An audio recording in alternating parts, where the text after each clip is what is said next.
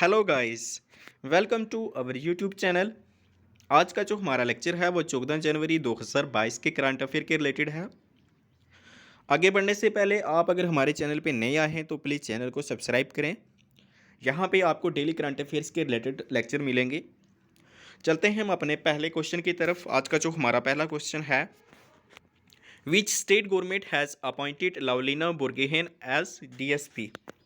कौन सी state government ने अभी रिसेंटली लवलीना बोरगोहेन को एज अ डीएसपी अपॉइंट किया है, deputy superintendent of police. Lovlina Borgohain को अ, आसाम की गवर्नमेंट ने जो है वो एज अ डीएसपी अपॉइंट किया है। लवलीना बोरगोहेन जो हैं इन्होंने इस बार टोक्यो ओलंपिक 2021 में हिस्सा लिया था और इसी बार ये ब्रॉन्ज जीत कर आई हैं। लवलीना बोरगोहेन असम की तरफ से पहली फीमेल बॉक्सर हैं जिन्होंने टोक्यो ओलंपिक्स के लिए क्वालिफाई किया है। तो उस टाइम भी बड़ी बात थी और जब टोक्यो ओलंपिक ख़त्म हुए तो भी अपने आप में एक बड़ी बात थी। असम की तरफ से पहली बार किसी महिला बॉक्सर ने हिस्सा लिया और वो ब्रॉन्ज भी जीत कर लाई। तो इस वजह से बॉक्सिंग में झंडे गाड़ने के बाद इनको असम में हिमांता बिश्व शर्मा जो वहाँ के सीएम हैं उनके द्वारा डीएसपी की पोस्ट अभी हाल ही में दी गई है। चलते हैं हम अपने नेक्स्ट क्वेश्चन की तरफ। हमारा नेक्स्ट क्वेश्चन है, India's oldest sloth beard passed away at which national park. Bharat के सबसे उम्र दराज बालू का अभी हाल ही में निधन हो गया। कौन से नेशनल पार्क में इसका निधन हुआ है?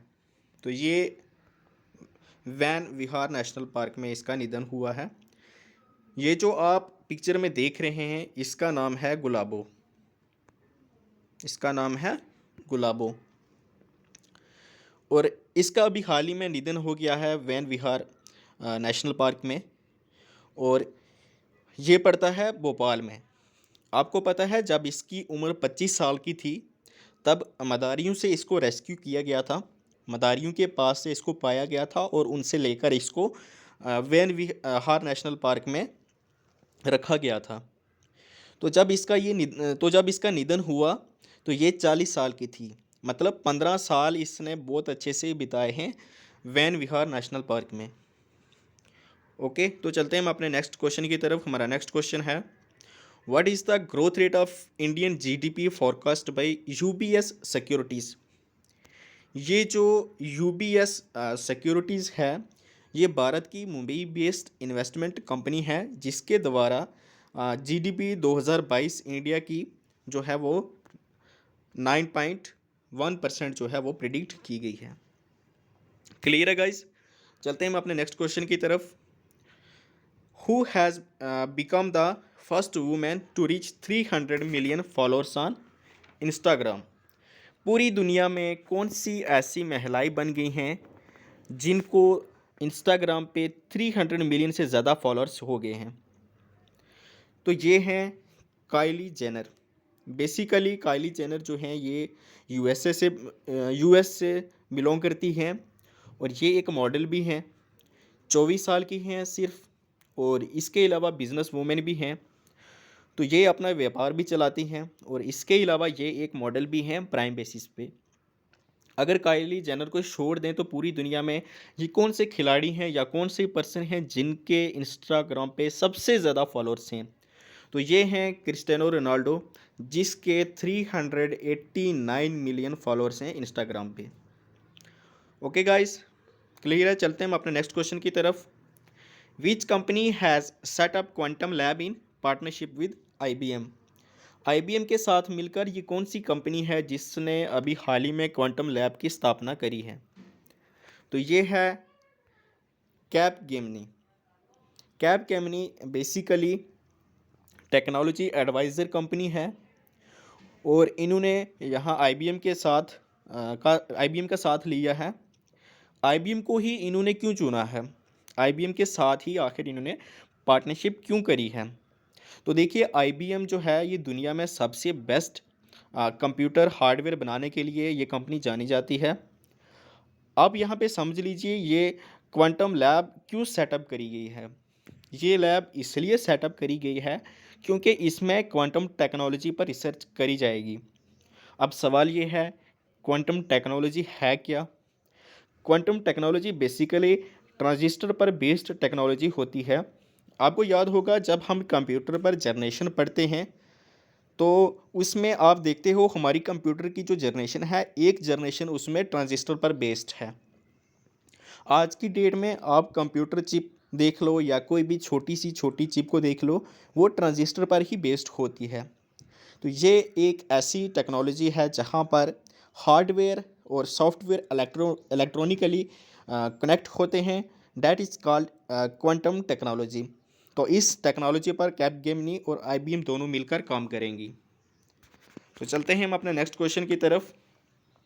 और आगे बढ़ने से पहले मैं आपको बता दूं कि जो आईबीएम है इसकी स्थापना 1911 में करी गई थी और इसका हेडक्वार्टर जो है वो है न्यूयॉर्क में। और अगर हम आईबीएम की चेयरपर्सन की बात करें तो ये भारतीय मूल हैं अरविंद कृष्णा। अरविंद कृष्णा जो हैं ये चेयरपर्सन हैं आईबीएम के। तो चलते हैं हम अपने नेक्स्ट क्वेश्चन की तरफ। हमारा नेक्स्ट क्वेश्चन है union minister Sarbananda Sonowal has inaugurated first sports university in which state? जो सर्बानंद सोनोवाल जो हैं ये सर्बानंद सोनोवाल जो हैं ये असम के मुख्यमंत्री रह चुके हैं। तो इसी वजह से ये असम में जाकर इन्होंने असम की पहली जो ये स्पोर्ट्स यूनिवर्सिटी जो है वहाँ पे इन्होंने उसका उद्घाटन किया है। तो असम में कहाँ पे? तो असम में डिब्रूगढ़ डिस्ट्रिक्ट का नाम आपने सुना होगा। तो डिब्रूगढ़ डिस्ट्रिक्ट के अंदर इस जगह को बोलते हैं छबुआ। यहाँ मैं आप लिख देता हूँ छबुआ। तो ये दोनों चीज़ें आपको याद रखनी है। असम में डिब्रूगढ़ डिस्ट्रिक्ट के अंदर छबुआ की जगह जो है वहाँ पे इसका उद्घाटन किया गया है। और एक इम्पोर्टेंट बात, इस यूनिवर्सिटी का नाम जो है वो है श्री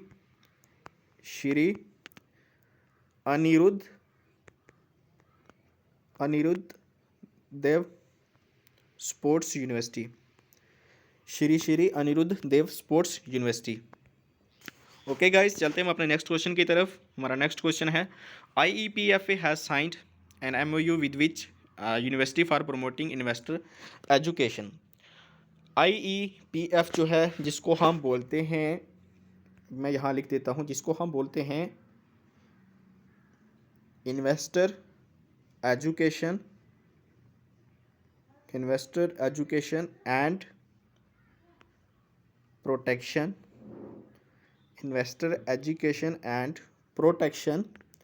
फंड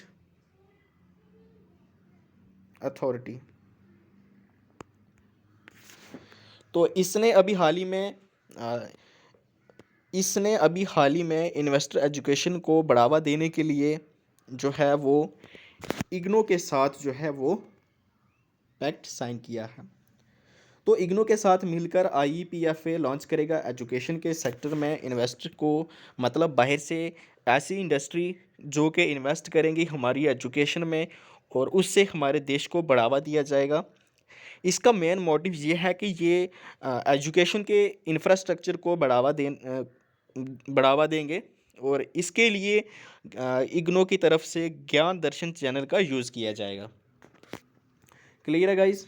तो चलते हैं हम अपने नेक्स्ट क्वेश्चन की तरफ। हमारा नेक्स्ट क्वेश्चन है who has been appointed as new chairman of ISRO for 3 years? ISRO के नए चेयरपर्सन के रूप में किसको अपॉइंट किया गया है? तो ये किया गया है S सोमनाथ को। S सोमनाथ जो हैं ये सीनियर साइंटिस्ट हैं। बेसिकली ये सीनियर रॉकेट साइंटिस्ट हैं। करंटली ये डिपार्टमेंट ऑफ स्पेस में सेक्रेटरी के रूप में काम कर रहे थे। और ISRO की अगर हम बात करें तो ISRO की जो स्थापना हुई थी वो 1969 में हुई थी। इसका जो हेडक्वार्टर है वो है बेंगलोर में। और आईएसआरओ के अगर हम फाउंडर की बात करें तो इसकी जो फाउंडर हैं वो हैं विक्रमजीत साराभाई। विक्रमजीत साराभाई ये हैं आईएसआरओ के फाउंडर। तो चलते हैं हम अपने नेक्स्ट क्वेश्चन की तरफ। हमारा नेक्स्ट क्वेश्चन है विच मिनिस्ट्री हैज़ लॉन्च्ड स्वच्छ विद्यालय पुरस्कार 2021-2022। किस मिनिस्ट्री ने स्वच्छ विद्यालय पुरस्कार 2021-2022 शुरू किया है? तो ये किया है मिनिस्ट्री ऑफ एजुकेशन। आपको पता है पूरे देश भर में ऐसे कितने स्कूल हैं जिनको सम्मानित किया जाएगा विद्यालय पुरस्कार से? तो ये टोटल 60 स्कूल हैं जिनको सम्मानित किया जाएगा। तो इन बेस्ट 60 स्कूल को 60,000 रुपये पर स्कूल के हिसाब से दिया जाएगा सरकार की तरफ से। पहले ये धनराशि जो है स्वच्छ विद्यालय पुरस्कार के तहत 50,000 जो है वो मिलती थी पर स्कूल को, लेकिन इस बार 10,000 बढ़ा दिए गए हैं, अब 60,000 मिलेंगे।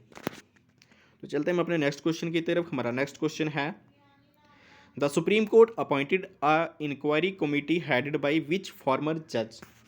अभी हाल ही में सुप्रीम कोर्ट के द्वारा एक कमेटी बनाई गई है जिसमें किसको हेड के रूप में अपॉइंट किया गया है, और ये सुप्रीम कोर्ट की फॉर्मर जज भी रह चुकी हैं। तो सुप्रीम कोर्ट के द्वारा 5 पर्सन की एक कमेटी बनाई गई है जिसके हेड के रूप में जस्टिस इंदु मल्होत्रा को अपॉइंट किया गया है। अभी जो 5 जनवरी आपको याद ही होगा कि प्राइम मिनिस्टर नरेंद्र मोदी जब पंजाब दौरे पर थे तो उस टाइम पर कई सारे सिक्योरिटी ब्रीचेस देखने को मिले थे। उसके लिए सुप्रीम कोर्ट के द्वारा एक कमेटी बनाई गई। ये 5 पर्सन की कमेटी है जिसमें ये पूरे मामले की जो है वो जांच करेगी और इसके बाद वो इसको जो है वो इंदु मल्होत्रा जो है वो पूरी कमेटी को वो लीड करेंगे। तो ये फॉर्मर जज भी रह चुकी हैं। तो ये थे आज के हमारे क्वेश्चन।